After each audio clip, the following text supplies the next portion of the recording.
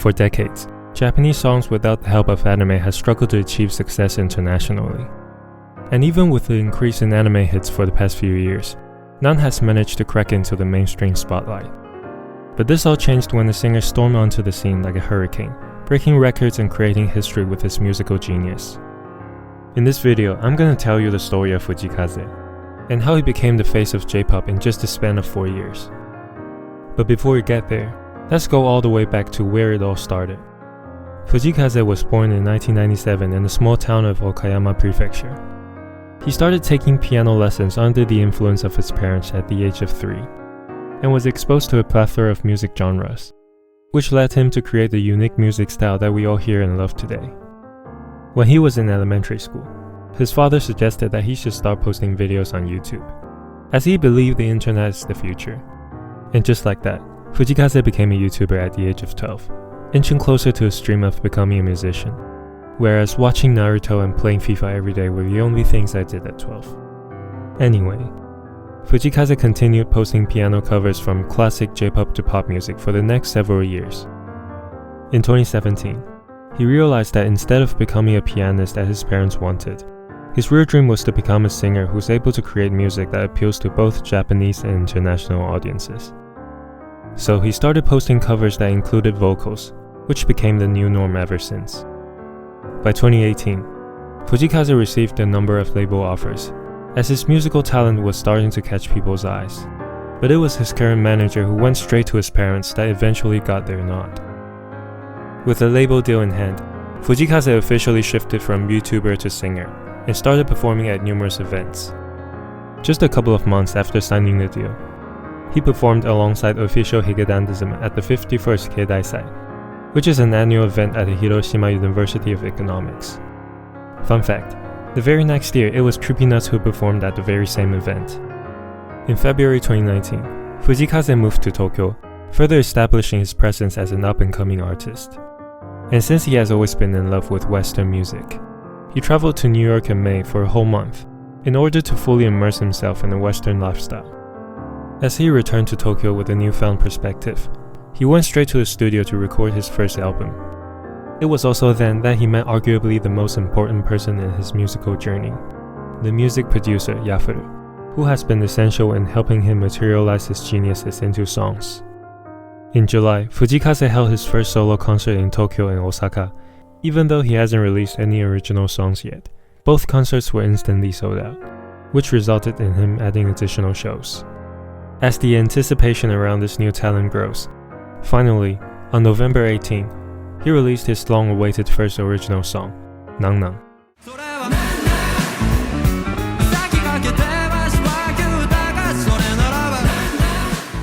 The single was incredibly well received, especially within the music industry.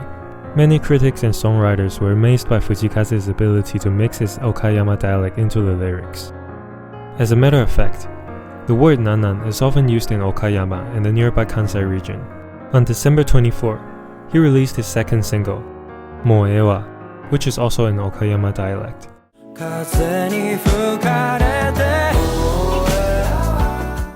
As 2020 arrived, Fujii Kaze released the music video for Nanan on January 24, officially making his major debut. However, things didn't always go his way.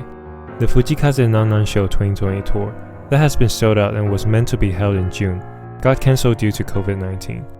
In response to this unfortunate event, Fujii Kaze decided to perform live on YouTube, attracting 20,000 concurrent viewers.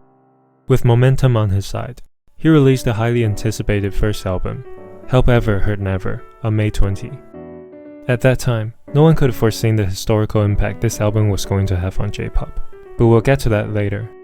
Help Ever Hurt Never is a motto Fujii Kaze's father taught him, and is also what his label, HEHN Record, that his agent created specifically for him, was named after.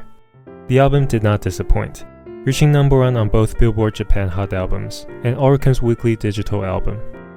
One of my favorite songs from the album is none other than Shinunoga E-Wa, but unfortunately, Nang Nang, Yasashisa, and Kairo took most of the spotlight, so no one was really discussing how great Shinunoga E-Wa is.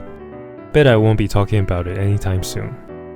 Following the success of Help Ever Hurt Never, Fujii Kaze achieved something most artists can only dream of, holding a concert at the prestigious Budokan the very same year as his major debut. And to put the cherry on top of a year full of success and accolades, Fujii Kaze received the Best New Asian Artist Japan Award from the 2020 Mnet Asian Music Awards, signaling his imminent international success. Wait, but there's more. As if he hasn't done enough in 2020, Fujii Kaze began his first Japan tour on Christmas Day, visiting 11 cities, lasting till late January. You would think that after such an eventful year, maybe he'll take some time off and recharge a bit in 2021. Nope. In March, he released his fifth single, Tabiji, earning his first #1 on the Oricon Weekly Digital Single Chart.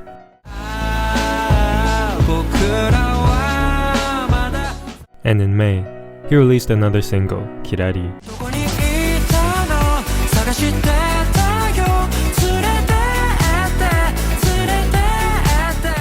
The song instantly blew up, becoming his first song to reach 100 million streams, while establishing him as a household name in Japan.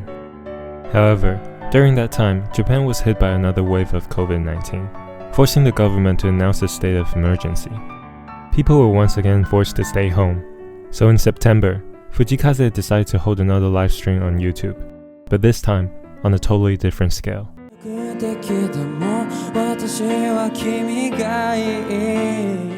With just a grand piano and an empty stadium, Fujii Kaze Free Live 2021 at Nissan Stadium reached nearly 180,000 concurrent views and became the world's #1 trending topic on Twitter.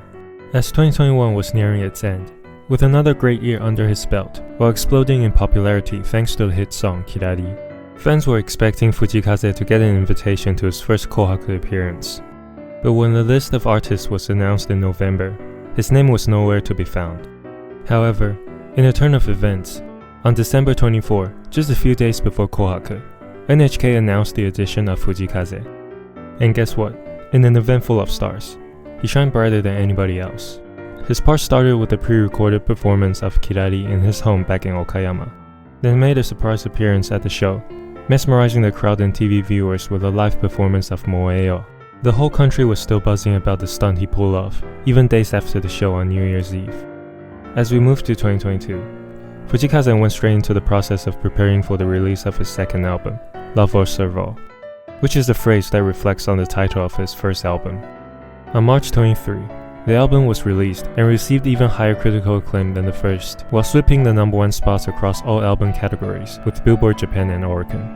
Love or Serve All also won him the CD Shop Award 2023, with other contestants featuring albums from Ado, Aimyon, Utada Hikaru, Mrs. Green Apple, Yuri, Creepynuts, and more. However, Fujii Kaze's second album was not the biggest story of 2022. It is, as a matter of fact, completely overshadowed by one of the biggest events in J-pop history. No one saw this coming, not even Fujii Kaze himself, because apparently, his first album, Help Ever Hurt Never, wasn't quite done with the spotlight yet. And a little song, a little hidden gem, called Shinunoga E-Wa, which was overlooked by most people, is about to make a wave so big that the whole world is going to take notice. Guess I'm going to talk about the song after all. It all started in July when someone from Thailand uploaded a TikTok video featuring Shinunoga E-Wa.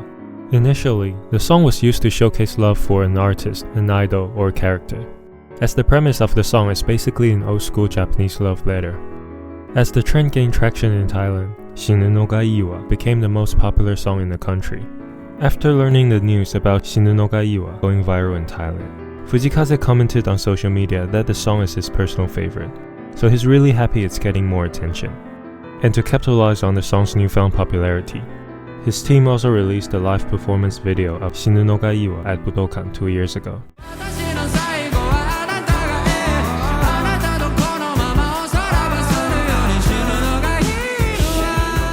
Soon after, other countries near Thailand also caught up to the trend as well, from Vietnam to Indonesia, spreading to East Asia and the Middle East.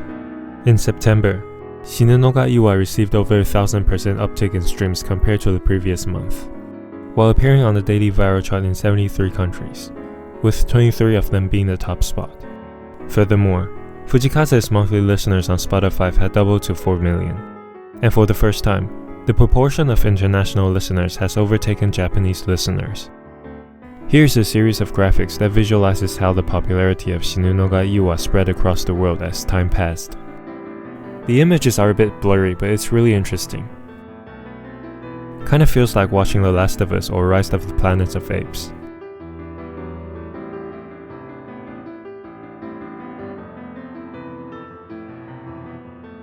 By the end of the year, Shinunoga E-Wa has reached the #1 spot on Genius Daily and Weekly charts on numerous occasions, while securing the #4 spot on its annual chart. Fujii Kaze also reached over 10 million monthly listeners on Spotify, a milestone no other Japanese artists have ever managed to achieve. Unsurprisingly, Spotify later announced that Shinunoga E-Wa is officially the most listened Japanese song of the year internationally. What's even more incredible is that the song claimed the top spot again in 2023, over YOASOBI's viral anime song, Idol.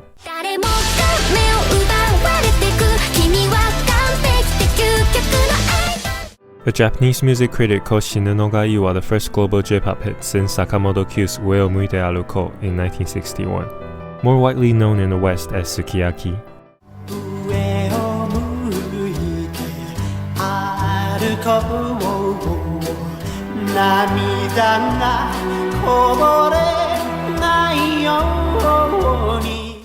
Thanks to this unprecedented global hit, Fujii Kaze was invited to appear on Kohaku for the second year in a row. Amidst the Shinunoga E-Wa frenzy, instead of just sitting back and watch the numbers go higher and higher, Fujii Kaze went on another tour in mid-December, this time visiting 8 cities with 16 shows combined, going all the way till February. Relatively speaking, 2023 is probably the least eventful year Fujii Kaze has experienced in his career so far, with only 2 singles released, and the only major event was the Fujii Kaze and the Piano Asia Tour 2023, which was his first time performing overseas. Fast forward to 2024, Fujii Kaze returned to his jam-packed schedule, releasing the new song, Michide Yuku, for the movie 4月になれば彼女は.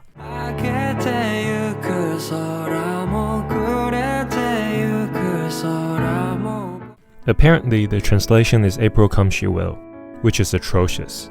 In March, Fujii Kaze was invited to perform on the very first episode of Tiny Desk Concerts Japan, which is a new NHK show licensed by the famous NPR Music Tiny Desk Concert.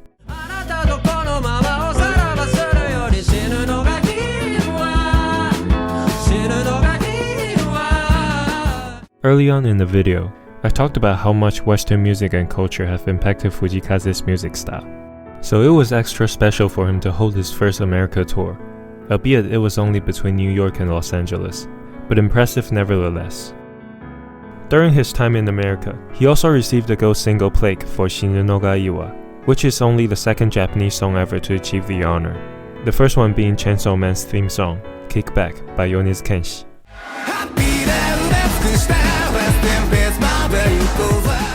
So Fujii Kaze is actually the first to do it without anime tie-ins.